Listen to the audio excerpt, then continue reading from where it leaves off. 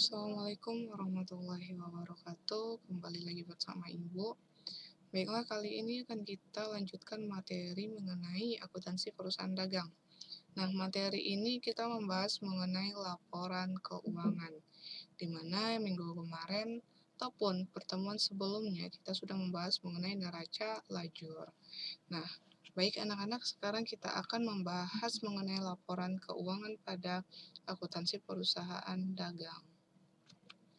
Nah, di sini arti dari laporan keuangan adalah catatan informasi keuangan suatu perusahaan pada suatu periode akuntansi yang dapat digunakan untuk menggambarkan kinerja perusahaan tersebut. Nah, laporan keuangan ini adalah bagian proses dari pelaporan keuangan. Nah, tujuannya dari dibuatnya laporan keuangan ini untuk menggambarkan bagaimana keadaan keuangan pada perusahaan tersebut. Nah, dari laporan ini kita bisa membaca apakah perusahaan sedang mengalami keuntungan ataupun sedang mengalami kerugian. Selanjutnya ada fungsi laporan keuangan. Di sini ada 4 fungsi. Yang pertama sebagai bahan review, yaitu dapat memberikan data atau informasi yang komprehensif tentang posisi keuangan perusahaan, di mana hal ini bisa menjadi ulasan mengenai kondisi perusahaan secara menyeluruh, khususnya kondisi keuangan seperti yang Ibu bilang tadi. Nah, ini akan menjadi gambaran pada perusahaan tersebut. Perusahaan itu akan diketahui bagaimana keadaan keuangannya. Nah, di situ kita lihat. Yang kedua sebagai pedoman membuat keputusan. Salah satu fungsinya yaitu mengenai kondisi keuangan adalah sebagai bahan pertimbangan dalam mengambil keputusan penting bagi perusahaan. Nah, setelah kita lihat laporan itu dan kita mengetahui bagaimana keadaan keuangan perusahaan tersebut. Nah, di situ kita bisa mengambil keputusan apakah pengurangan kinerja kalau misalnya perusahaan dalam keadaan merugi ataukah akan menghasilkan produk baru untuk dijual pada pasar. Nah, seperti itu kira-kira. Nah, fungsi yang ketiga ini adalah membantu menciptakan strategi baru, di mana di sini membantu proses pengambilan keputusan penting. Financial statement ini juga dapat dipakai untuk menciptakan strategi baru oleh perusahaan dalam upaya meningkatkan performa usahanya. Nah, setelah diambil keputusan, kita ketahui keadaan keuangannya. Nah, ini akan membantu kita untuk berpikir apa langkah selanjutnya yang akan dilakukan apabila keadaan keuangan perusahaan tersebut seperti ini. Nah, itu akan membantu kita untuk menciptakan ataupun menghasilkan pemikiran yang baru lagi, strategi yang baru lagi bagaimana kita mengedepankan ataupun memajukan usaha kita tersebut. Nah, yang keempat di sini meningkatkan kredibilitas perusahaan, di mana perusahaan yang membuat financial statement menunjukkan bahwa perusahaan tersebut telah menerapkan suatu sistem perekaman data yang terpercaya, akurat, dan tidak sembarangan dalam mengambil keputusan. Dalam pemegang saham tertentu lebih percaya menginvestasikan uang mereka kepada perusahaan yang dipercaya dan memiliki kredibilitas yang baik. Nah, untuk itu, sebuah perusahaan itu harus memiliki kredibilitas yang baik. Itu akan salah satu ataupun itu akan sebagai penilaian bagi investor. Sebagian para pemegang saham itu memang lebih suka menginvestasikan uangnya daripada ikut terjun dalam melakukan usaha tersebut. Nah, di sini kalau dia melihat laporan keuangan suatu perusahaan itu baik, dia tidak akan ragu menginvestasikan dana kepada perusahaan tersebut. Apabila perusahaan itu usahanya berjalan dengan baik, nah, para investor akan ikut serta bergabung pada perusahaan tersebut. Baik, selanjutnya ada jenis-jenis laporan keuangan. Di sini ada 3. Yang pertama, laporan keuangan perusahaan dagang laba rugi. Nah, ada laba rugi. Di sini laporan laba rugi ini memberikan informasi terkait mengenai operasional perusahaan dalam suatu periode akuntansi.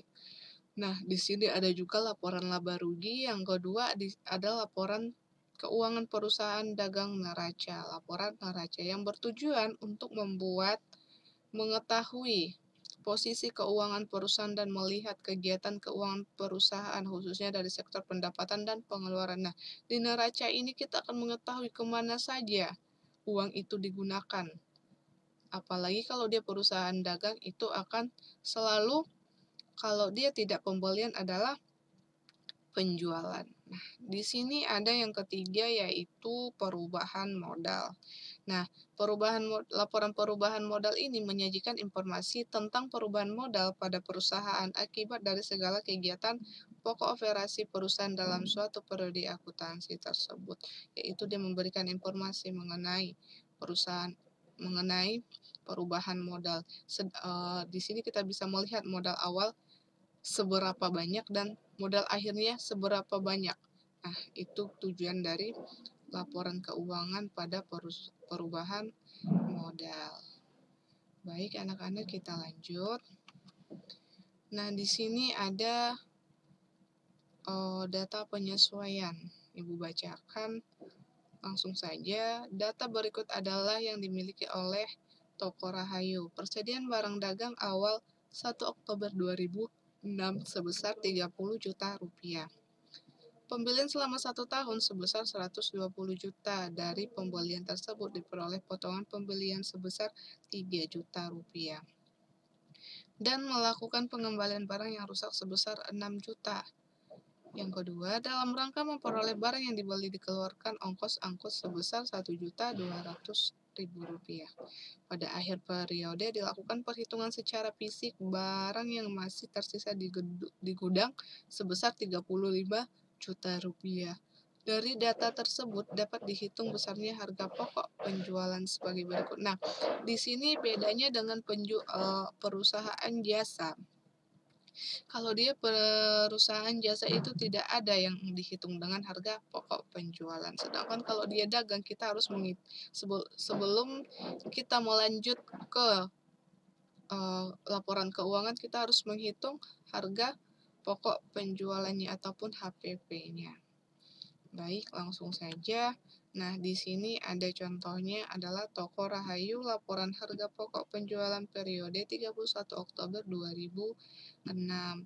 Tadi di transaksi penyesuaiannya ataupun di jurnal penyesuaiannya ada persediaan barang awal sebesar 30 juta rupiah. Nah, di pembelian terdapat sebesar 120 juta, sedangkan beban angkut pembelian terdapat sebesar 1.200.000 rupiah. Maka kita jumlahkan akun pembelian dengan beban angkut pembelian. Dapatlah totalnya sebesar 121.200.000 rupiah. Nah, di pada retur pembelian ada terdapat sebesar 6 juta rupiah, sedangkan potongan pembelian terdapat sebesar 3 juta rupiah. Kita jumlahkan lagi, totallah hasilnya menjadi 9 juta rupiah. Nah, pembelian bersih maka kita kurangkanlah 121 juta dikurang 9 juta, maka dapatlah hasilnya sebesar 112.200 rupiah. Maka barang yang tersedia untuk dijual pada persediaan akhir adalah sebesar 142 juta 200 dikurang 35 juta rupiah, maka HPP-nya dapatlah sebesar 107.200.000 rupiah. Baik, lanjut. Ini adalah penentuan ataupun perhitungan dalam pembuatan laporan harga pokok penjualan. Nah, di sini dari laporan harga pokok penjualan ini kita dapatkan dari jurnal penyesuaian ataupun transaksi penyesuaian. Baik, selanjutnya di sini ada neraca lajur. Nah, Ibu sudah buat, tidak Ibu bacakan semua ya anak-anak, Ibu hanya memecahkan jumlahnya saja. Nah, di sini ada nama rekening, baik dia kas, piutang, persediaan barang dagang, perlengkapan, tanah, gedung, akumulasi departemen gedung, peralatan, kemudian ada penjualan, retur penjualan, pembelian, segala beban dimasukkan ya, sampai dengan harga pokok penjualan. Nah, di akun neraca saldo ditotalkan dia di debit sebesar 174.945.000 rupiah. Kemudian di akun kredit tertotal juga sebesar Rp174.945.000.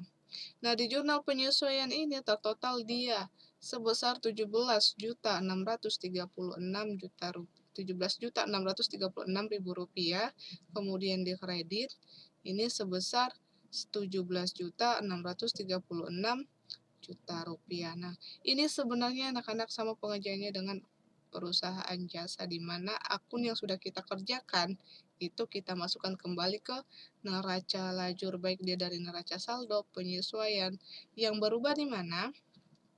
Yang berubah itu di saldo setelah penyesuaian. Nah, di sini kita lihat.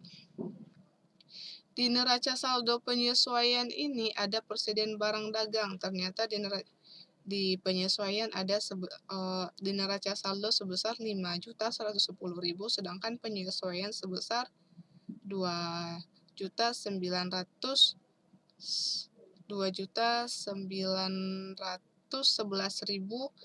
Kemudian di kreditnya ada sebesar 5, maka dapat hasilnya sebesar Rp5.110.000.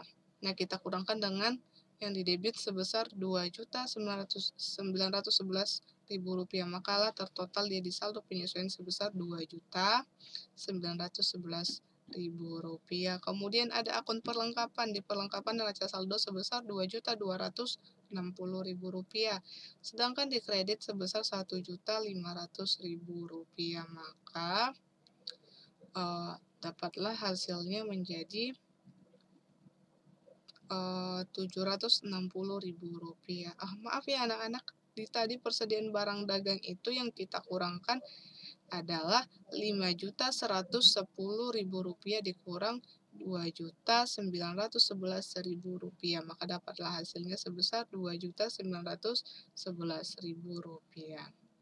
Nah, kemudian di akun tanah ada di neraca saldo sebesar 40 juta. Tidak ada penyesuaian, yang Ibu bacakan yang ada penyesuaiannya saja ya. Nah, di sini ada akumulasi departemen gedung sebesar 3 juta di kredit pada akun neraca saldo, sedangkan di penyesuaiannya ada sebesar 375.000, maka di kreditlah tertotal sebesar Rp3.375.000. Kemudian ada di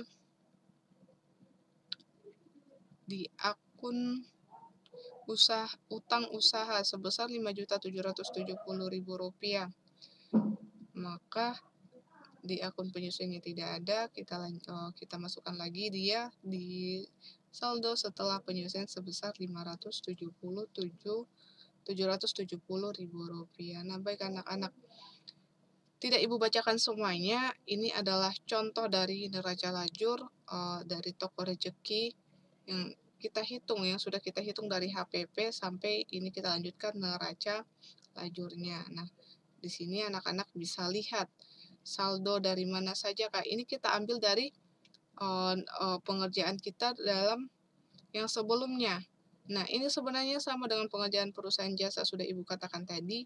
Iya, kita hanya memindahkan dari apa yang sudah kita catat di akun-akun sebelumnya. Yang perlu itu di sini yang bertambah adalah di saldo setelah penyesuaian laba rugi dan neraca. Nah, di laba rugi, ingat ya anak-anak ya, kalau dia di kolom laba rugi itu yang kita catat adalah penjualan dan beban. Pendapatan juga. Penjualan termasuk dalam pendapatan dia, makanya dia masuk ke kolom laba rugi. Nah, kalau sedangkan dia di neraca itu kebalikan dari laba rugi. Selain dari penjualan ataupun beban itu kita masukkan semua akunnya. Selain dari akun beban kita masukkan. Tapi kalau dia masih kategori beban ataupun pendapatan ataupun penjualan itu kita masukkan ke kolom laba rugi. Jadi Ibu bacakan totalnya saja. Dari saldo setelah penyesuaian itu tertotal sebesar Rp175.520.000, di kredit sebesar Rp175.520.000, sedangkan di laba rugi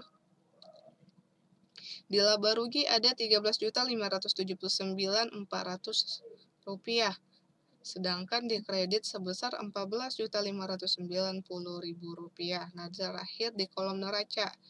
Di kolom neraca pada kolom debit itu sebesar Rp161.940.600, sedangkan di kolom kreditnya sebesar Rp160.930.000.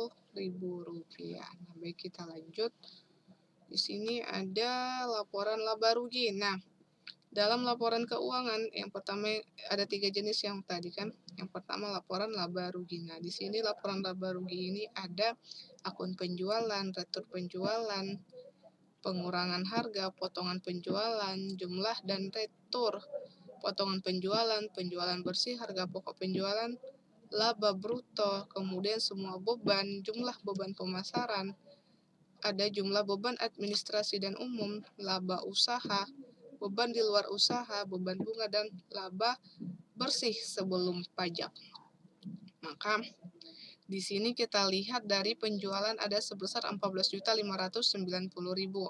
Sedangkan di retur penjualan dengan pengurangan harga itu ada sebesar Rp45.000, sedangkan potongan penjualan tertotal dia sebesar Rp270.400. Maka kita jumlahkan totalnya hasilnya sebesar Rp315.400. Kemudian yang dari penjualan itu kita kurangkan dengan total penambahan dari retur penjualan dengan potongan penjualan sebesar 300 dikurang sebesar Rp315.400, dapatlah hasilnya sebesar Rp14.274.600.000. Kemudian dikurangkan dengan HPP penjualan tadi sebesar Rp9.739.000. Maka hasilnya dapatlah sebesar Rp4.535.600.000. Sedangkan semua beban yang dimasukkan tertotalnya sebesar Rp2.575.000. Jumlah beban pemasaran ditotalkan menjadi Rp875.000. Itu kita tambah, dapatlah hasilnya sebesar Rp3.450.000. Kemudian dapatlah laba usahanya sebesar Rp1.085.000. Rp1.085.600. Maka kita kurangkan dengan beban bunga sebesar Rp75.000. Maka dapatlah laba bersih sebelum pajak sebesar Rp1.010.600. Kita lanjut, di sini ada laporan perubahan ekuitas ataupun perubahan modal. Nah, di modal awal ada sebesar Rp100 juta, sedangkan laba ada Rp1.010.600. Maka modal akhirnya dapatlah sebesar Rp101.010.600. Nah, yang terakhir di sini ada neraca. Nah, di neraca ini ada akun kas, piutang, persediaan barang, dagang, perlengkapan, tanah gedung, akumulasi departemen gedung, peralatan, dan akumulasi departemen peralatan. Kas dengan jumlah Rp25.099.600 dengan nama rekening utang usaha jumlahnya sebesar Rp577.000.